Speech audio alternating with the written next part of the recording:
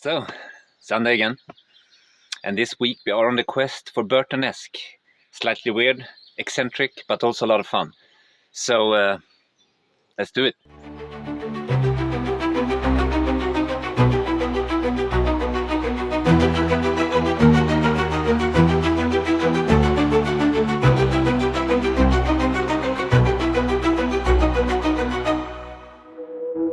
So yeah, welcome to another Sunday. I'm Dan, I'm Simple Life Portugal. As by the name, you kind of figure that I'm in Portugal, in north part of Portugal, commonly known as Trás-os-Monte. Trás-Montanos is just the north part of Portugal, basically.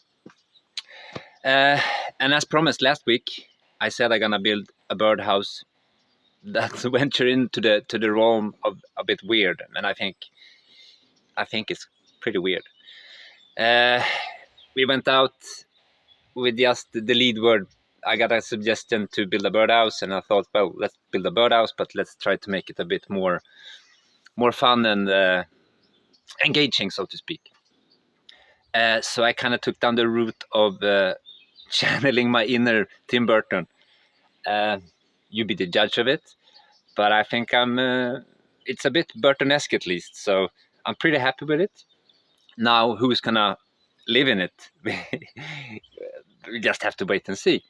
But it do have, well, the main house still has an entrance, and then you have the penthouse or loft, drafty loft. Also, I like to, before we continue, like to add that I also do text format and image updates on X throughout the week. So if you want to follow along with what I'm building, the best bet is to go to X and just see my daily update of the projects I'm working on the week, and then I come back to everything on Sunday to recap everything in a more of a video format. And I think this is gonna evolve a bit further on as I go along as well, because I don't know if you're aware, but I'm recently this is episode 10, right? So I just recently kind of changed direction and doing what I wanted to do.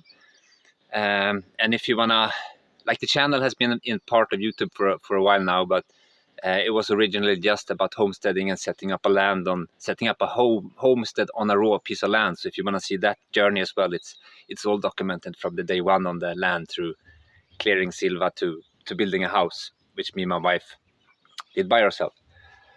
But now the content is more geared towards what I really like to do, which is woodworking, all sorts of things with wood, really.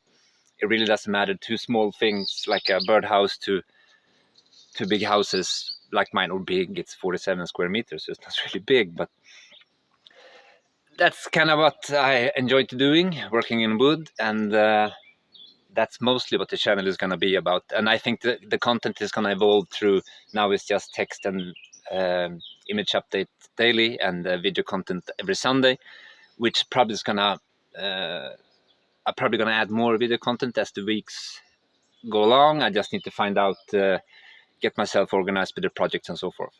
But enough of that. Anyhow, let me just quickly walk you through this little Burtonesque birdhouse. So first, we have the drafty loft on the top, which is a recycled portable barbecue. Thank you, Dennis and Sharon. Friends that were here stayed for a bit, and they just happened to forget their barbecue here. Which is now part of the birdhouse, the Burtonesque birdhouse. And more of the other stuff is like I reused Elroy's, my big dog's old collar. He grew out of it, so I had to get a new one. And then it's just old metals from, I have the roof of the birdhouse, it's metal from the excess from when we built the house. And same with the metals. All the metals are actually excess from when we built the house. And then we have this little, what you want to call it, a tub or a drinking thing. But it's actually working. The water coming down from the roof, going down in the gutter, and end up in the, what do you want to call it? A tub or drinking thing for the birds, I hope, or whatever is gonna try to live in here. And after that, I just also like the chimney. It's an old vacuum cleaner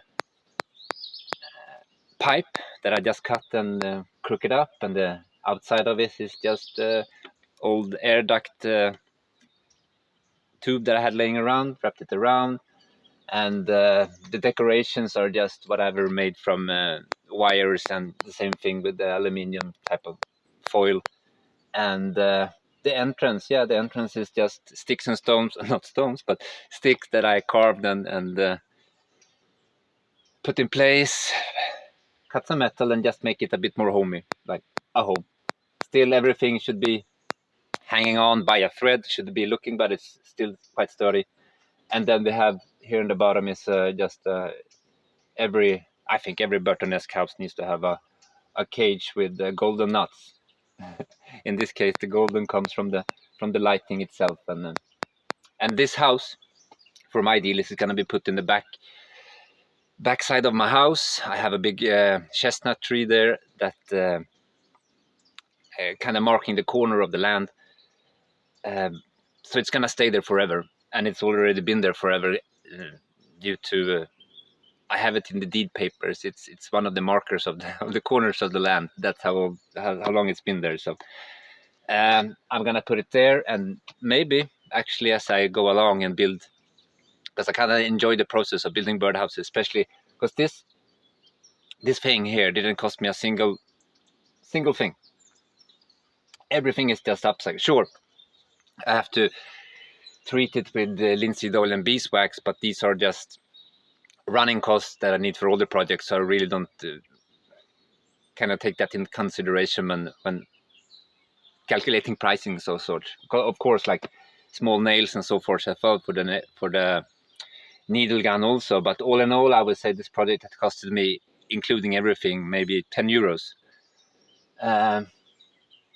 Yeah, and I think it's really fun to just do these small things, small projects that really doesn't demand you to buy so much stuff and stuff like that, right?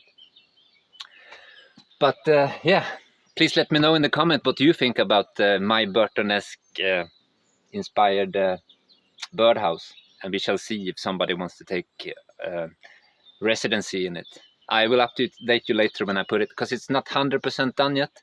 I still need to put it up in its place, and then just add I wanted to have some sort of structures underneath, and it's small fixing that needs to be done when it's in its place, but it's not too heavy, it's just too awkward to carry, so I kind of just need to put it in the place behind the house, and then complete it from there. But I'm gonna give you a update later on. Yeah, and also from this project, I will later on. First, I'm gonna push this video content through X and YouTube, and I also throughout the week I've been writing kind of like a long post about this project, upgrading you or updating you slightly throughout the week. But I'm gonna summarize everything in a long post, try to finish it today, and post it later on tonight. So, or whenever your time zone is, but later on tonight for me. So if you want to see, after you've seen the video content, you might want to read about it and see. And the writing part is a bit more flamboyant and a bit more not so factual. It's more flamboyant. So if you like that type of content as well, please drop by and leave a comment if you read it, or just a like, so I know that you read it. Or if you didn't like it, please let me know why you didn't like it. Sorry. So yeah, and that's about from this week. Going into the coming week, I actually picked up a project from here in the village. It's just a small repairing of a chair, but this chair has gone so far, it's almost as eaten as the wooden box that I did the shelf on. If you missed that, it was 2 weeks ago. Anyhow, both front legs are really eaten up and has snapped off really. So, or one of them has snapped off. So I need to see if I can repair it somehow. It's gonna be a a feet. That's Stevie, one of the Stevies. I have two Stevies, Stevie male and Stevie female, 2 cats. So yeah, that's gonna be the first thing I'm gonna tackle this week to start repairing the chair. And if you wanna know, or if you wanna get to know how to start repairing chairs, because I'm sure that everybody has a wooden chair at home that's a bit wiggly and doesn't really support weight anymore. And I will try to show you one of what I think is the most easiest and most less labor intense way to dismantle a chair, but also to put it back together again. And so yeah, if you want to learn just the basics about from now it's just the basics, how to work with wood.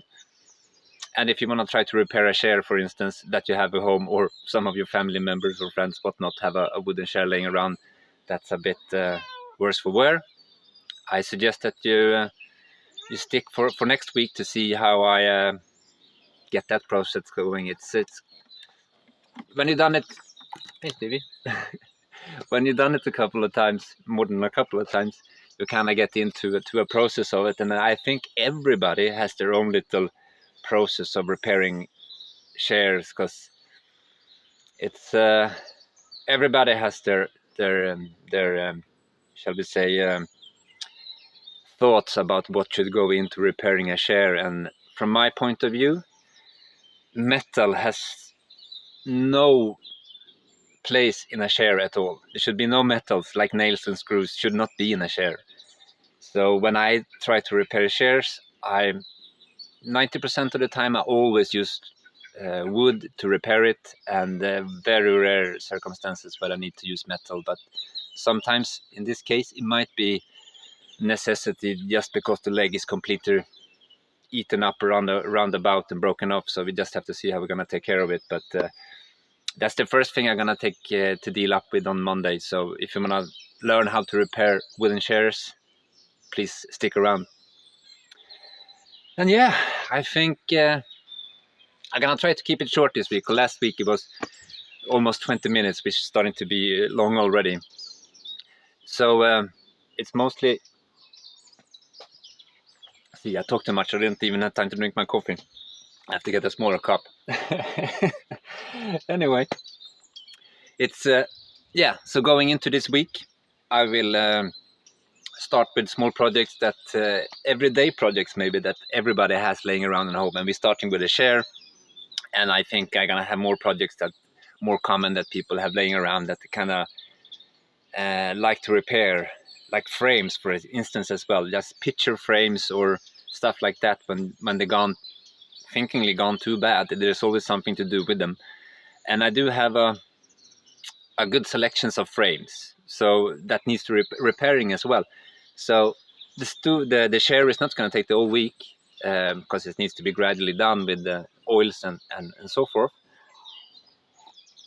So in the betweens, I'm gonna try to perhaps show you how to repair frames, or make upcycle frames, boring frames, into something more spectacular, or something more eye-catching than just a picture on the wall.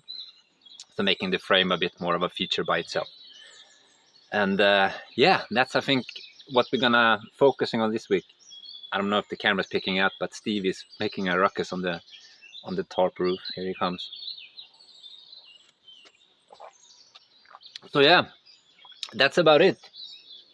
So please, both on YouTube and X, hit that follow, subscribe button, and leave a comment down there what you wanna see built. As I said last week, it was somebody requested a birdhouse, and the birdhouse was built. So everything is possible, right? So please leave a comment down there, and please hit that follow and subscribe button, and let's learn something about wood, shall we? Okay, I think that's it for me this week, and hope to see you next week. Ciao, ciao, bye now.